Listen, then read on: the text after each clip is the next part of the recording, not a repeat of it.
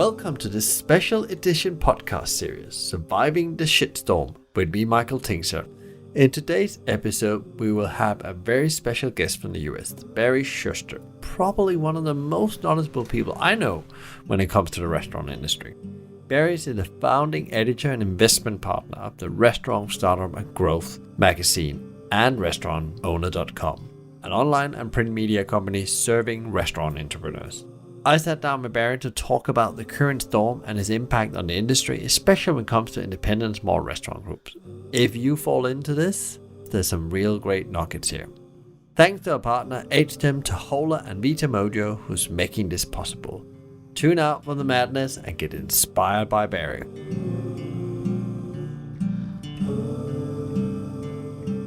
Welcome to another edition of the podcast episode called The Shitstorm. The reason why we call it The Shitstorm, you haven't tuned in before, is that on the 20th of March 2020, the world have suddenly transformed and everything has been thrown around within a couple of weeks. And our beloved hospitality and restaurant industry has ended in the middle of that storm, and it's all due to the coronavirus. And a lot of leaders, and I've, myself, had a mad week talking with people that has been distressed about this extreme uncertainty, and there's already a number of things that's already happened with closures and mass redundancy and so on. And to that, I thought there was a number of people who liked him, and one of them I'm very happy that I had time to get on. Sitting here with Barry, is based in the US. And Barry has been on the podcast before, but this time we're going to talk about this specific subject. So Barry is the chief editor of the Restaurant Startup and Growth magazine. So welcome to the podcast. Hi, Michael. It's good to hear from you. I wish it was under better circumstances, but always wonderful to communicate with you. As you noted, I'm editor-in-chief and associate publisher of Restaurant Startup and Growth and RestaurantOwner.com. And our audience, our primary audience, are startup and entrepreneurial restaurateurs and emerging growth concepts. And our editorial mission is to provide business and management best practices education for these entrepreneurs to help them get started in the business successfully and then to grow into larger enterprises. And of course, a lot of our readers and a lot of our members of RestaurantOwner.com are independent operators, and they are taking a beating in this shitstorm, as you aptly name it, along with every other business in the restaurant industry. So again, I'm always happy to talk to you. Again, I wish it was under different circumstances, though. Yeah, and we talk a bit about the circumstances, Barry. It's how do we look at it from a US point of view? Because we have had we have a couple of people on here from the UK talking about it from a UK perspective. But this is not just it's a bit, we talked about a bit on the previous podcast. There was something happening globally with the restaurant market. It was challenging. It was shaken. There were things happening, and it was not in a good shape. But there was a great market for individual operator. We talked about in the summer, but all this has changed now. Within a short time, we're all in the same boat. And is that the same in the US? Are we seeing these extreme things happening with the industry? You said to me before we went on the podcast, restaurants in your state, North Carolina, has now shut down and only able to do delivery, which is actually the same that just happened in the UK. Yes. We discussed before, given our form of government here with a federalist government with 50 states, the laws and the environment from state to state are not identical, but North Carolina and other states, by order of the respective governors, are not allowed to offer dine-in service. That ended this week. They are allowed to offer curbside takeout, and we're seeing some very clever and innovative ways to that not only restaurants but brew pubs are doing this, and people are driving past their favorite brew pub to pick up their beer. In some regions, California, New York, where there's densely populated areas where coronavirus has really hit them hard, We're seeing lockdowns where they're encouraging people to stay in their homes, and of course that makes it very difficult to do anything related to takeout. So it's a real problem. And as we discussed before the podcast, the restaurant industry is a huge part of the economies of both your country and the UK, and over here, it's $825 billion a year business or industry in the United States. We're looking at massive reductions in wages because we have so many employees, so many people who are employed by the restaurant business. So, economically, it's been quite a disaster here, just as it has been everywhere in the world. And I know that you are not just sitting as an expert and looking in the industry. You are actually as part of your setup. You also own a restaurant, and that has again for you guys tremendous consequences, and you have to do some very difficult decisions. Yeah, it's always been a source of pride for my partners and I that we're not only in media and in education, but our company operates and owns a successful upscale restaurant. And this week, the principals had to go to 40 some employees and say, listen, we just can't keep you on payroll. We have to really cut down. And all we can do is afford to have people in the kitchen. And we're going to try to figure out how we can, get some, takeout and delivery business to help keep us running until this whole thing calms down. So, we're not just, media doyens from the sidelines. We're in the trenches. We're feeling the pain of our readers and audience. And of course, my son is, his job is in the restaurant business, and he's unemployed as of this week. So, we're feeling it on a very personal level, for whatever it means to our readers and our members. We're down there on the field with you. We're not just doing color commentary from the sidelines. We feel your pain, and we're trying to figure these things out as best as we can. And of course, going out to our wider audience to find out what they're doing, and then hopefully bringing those best practices to our readers and members through our media. And yeah, that I'm so sorry to hear that, Barry. It must be just so hard. There's nothing worse than letting people go on unfair terms like this, where you don't have a choice, where you're sending people out in maybe difficult times as well for in personal life, and even probably also very good employees. And it's yeah. I've talked with a couple of founders this week as well, where they said it feel like we're chopping the culture to pieces, because that's what it is. It's so clearly it's your culture, and it's so hard to generate that again. It's some deep wounds in an organization. So yeah, really feel that for you guys. Well, it's a great point, Michael. And interestingly enough, until the restaurant was closed down, even when this whole crisis was unfolding, business was never better. Now, a lot of that business was because a big part of the operation was geared around, bar and bar food. So people were coming by a few times a week, and that's where they gather, talk to people. Business was pretty good. But another thing I think that you hint at and you suggest at, I think rather aptly, and I think people need to consider this. These restaurants are sending people home. And when this whole thing calms down, and God willing, it will sometime in the near future, then you've got to bring people back, and those people may not be available. You've got to hire, you've got to onboard. I'm not telling you anything you don't know, because you know this business as well as anybody. That could take weeks, could take months. Even if coronavirus goes away, tomorrow, it could take quite a bit of time to onboard people, get them back ingrained in the culture, train them, and ready to serve guests well. So, there's a pretty long tail to this thing, even when the health issues subside. Yeah, and we also know when you had such a shock, there will also be a trust thing. Is it really gone? Have we actually shaking it off? And is it safe to go out? And then there's going to be the trust takes time again, and feeling comfortable about going out. And there's going to be the financial burden for many that can't afford going out, maybe.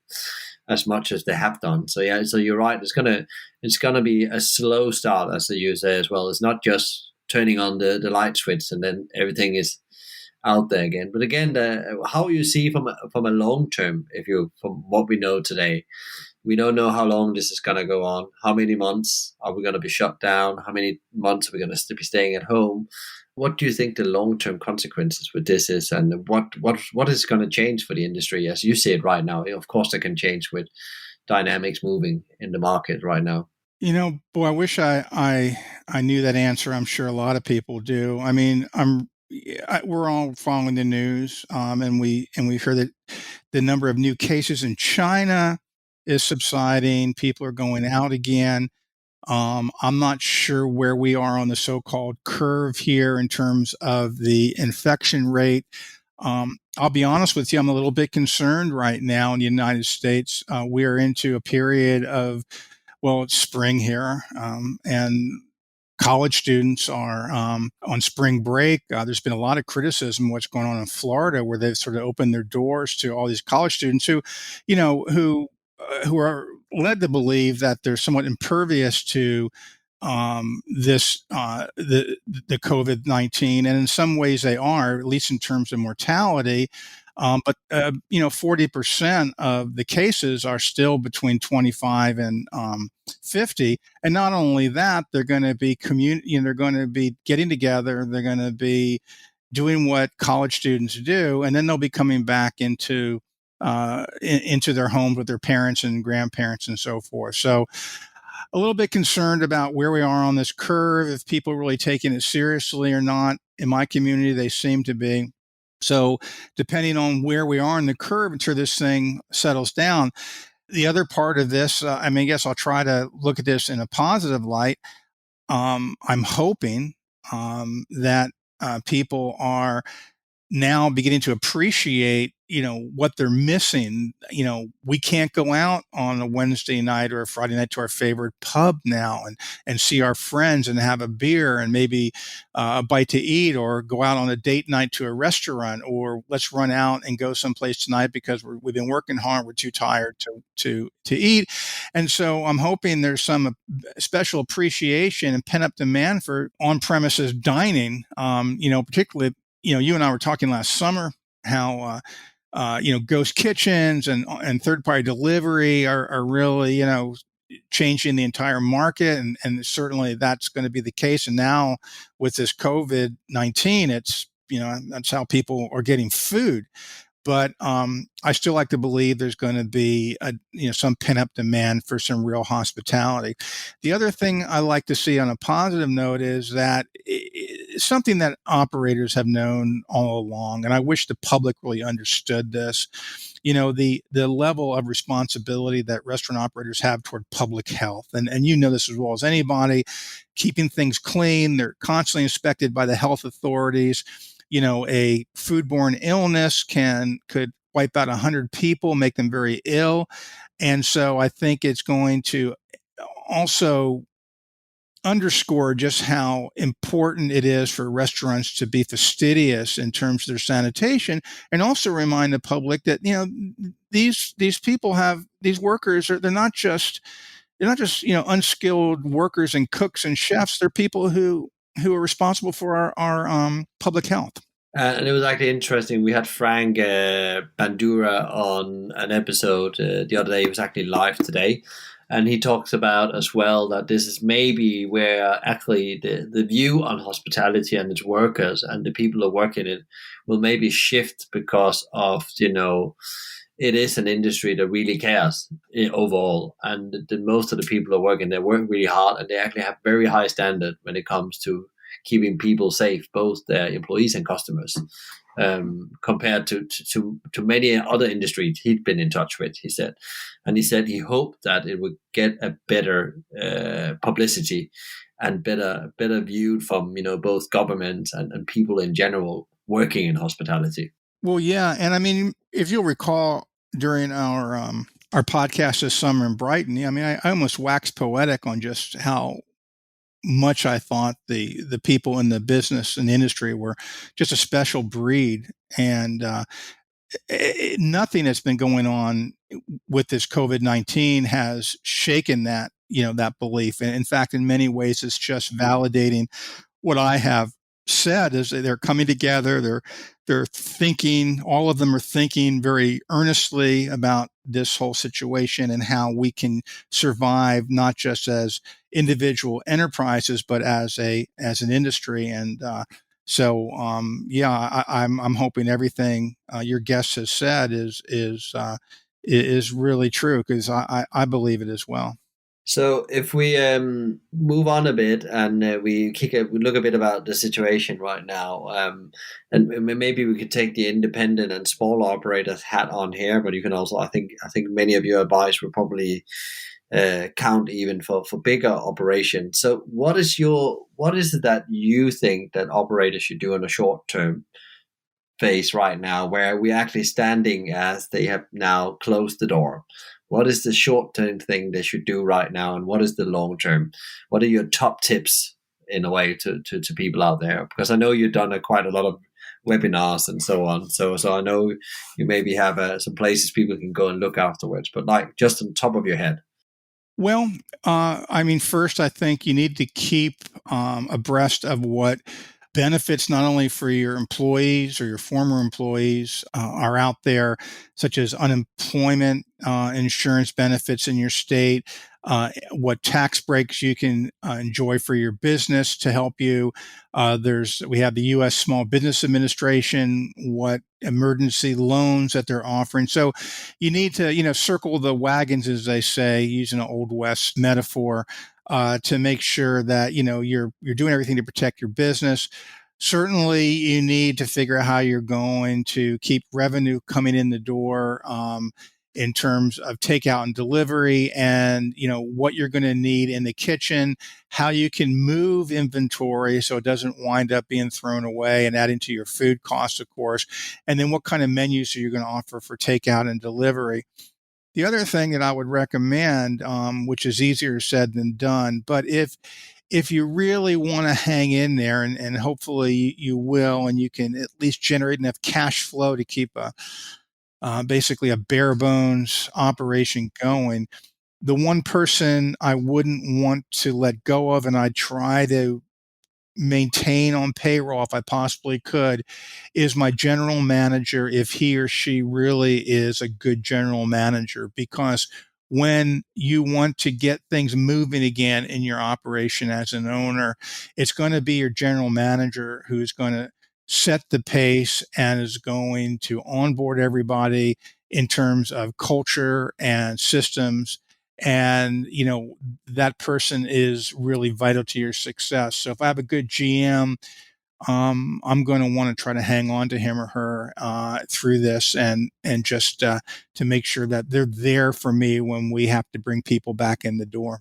And then, of course, the other thing is just really looking hard at every penny that's going out the door, and every dollar that's coming in, to talk to your suppliers, talk to your landlord, say, listen, can we work out something to help us all get through this and take off some of the burden of our overhead and our expenses?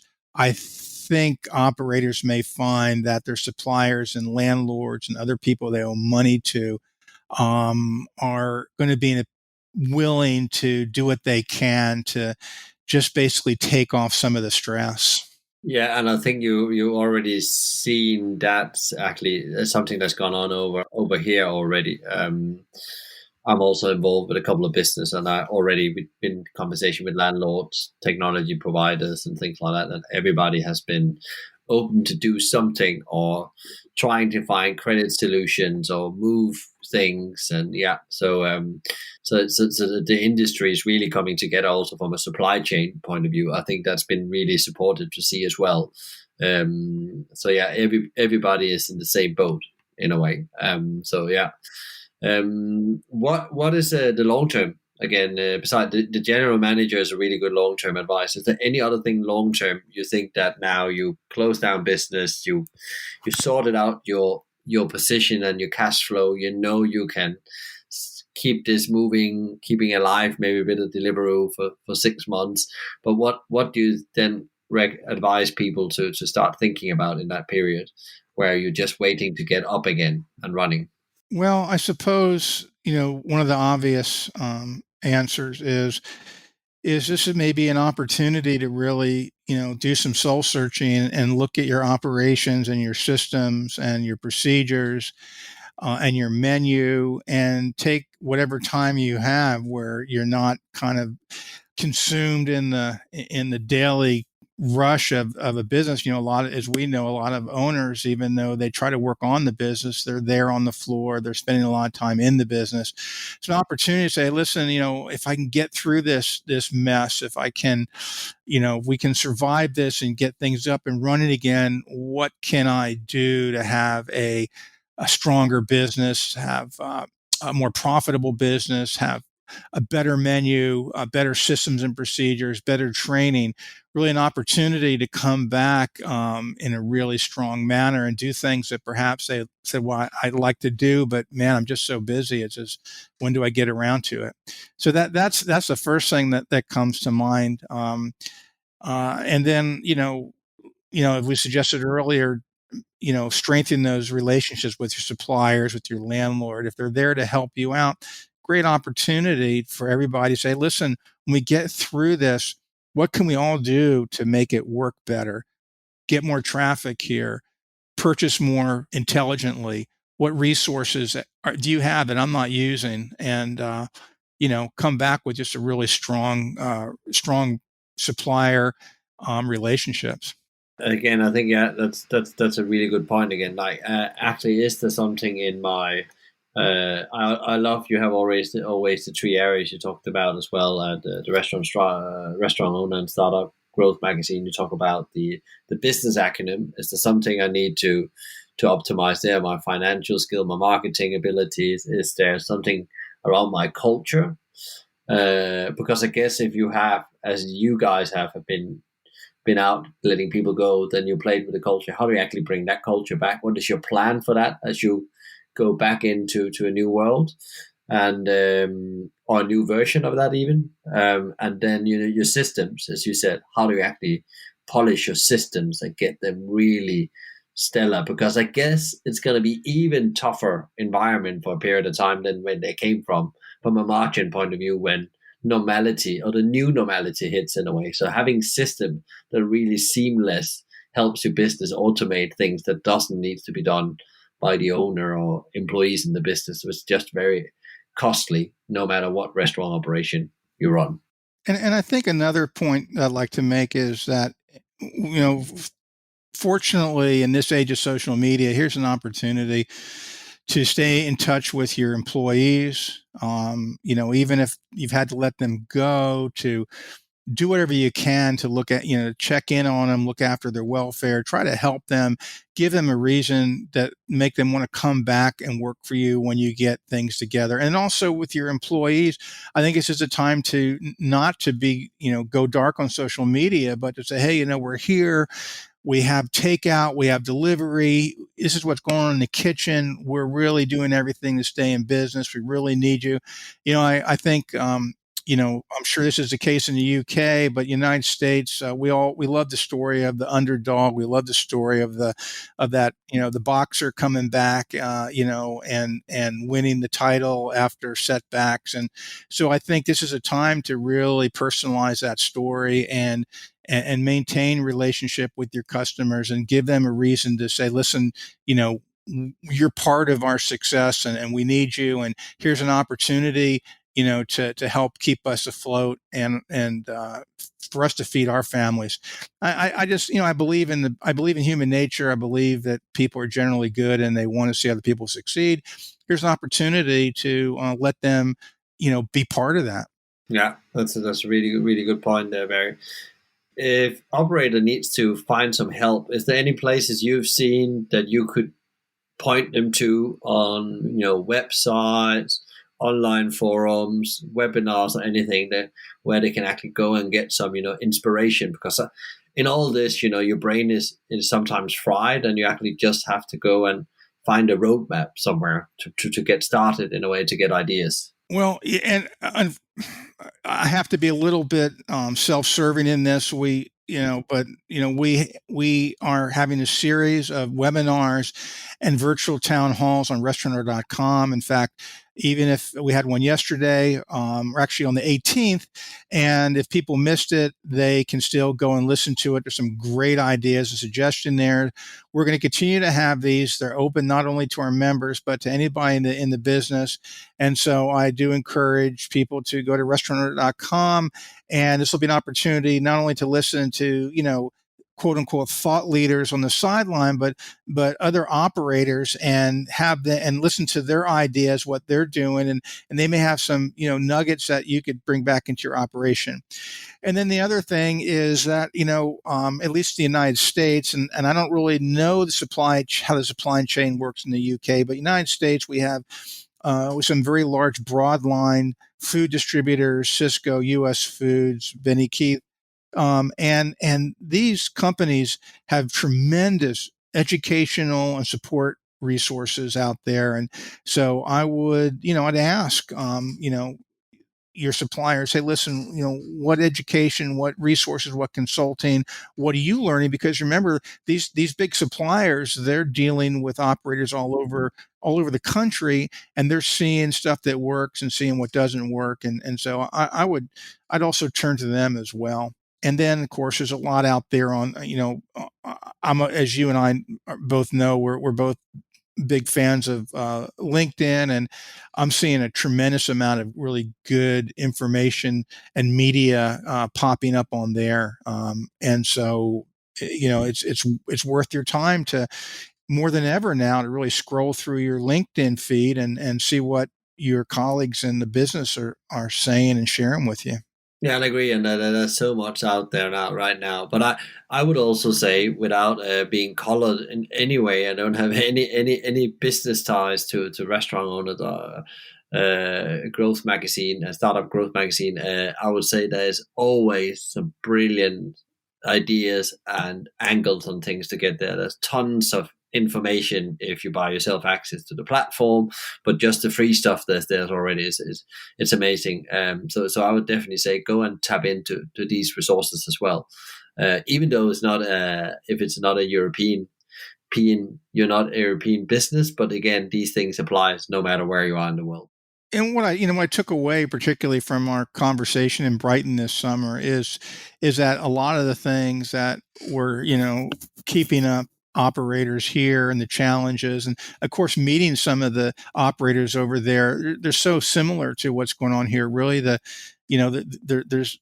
very similar markets, and independent operators, are all experiencing often the same challenges. So I think what we can provide is even though some of the legal issues and the regulatory stuff we talk about is different, I think the operational and finance and marketing issues, I think they apply equally as well in the United Kingdom.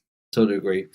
So Barry, how are you yourself as a business owner and keeping yourself sane in all this? Because what you do, you give a lot, and giving people a lot of stuff and creating stuff is very energy demanding. I know that myself, and I. So what is the three things you do to keep yourself now in the coming period really sane and focused and being able to contribute to moving forward?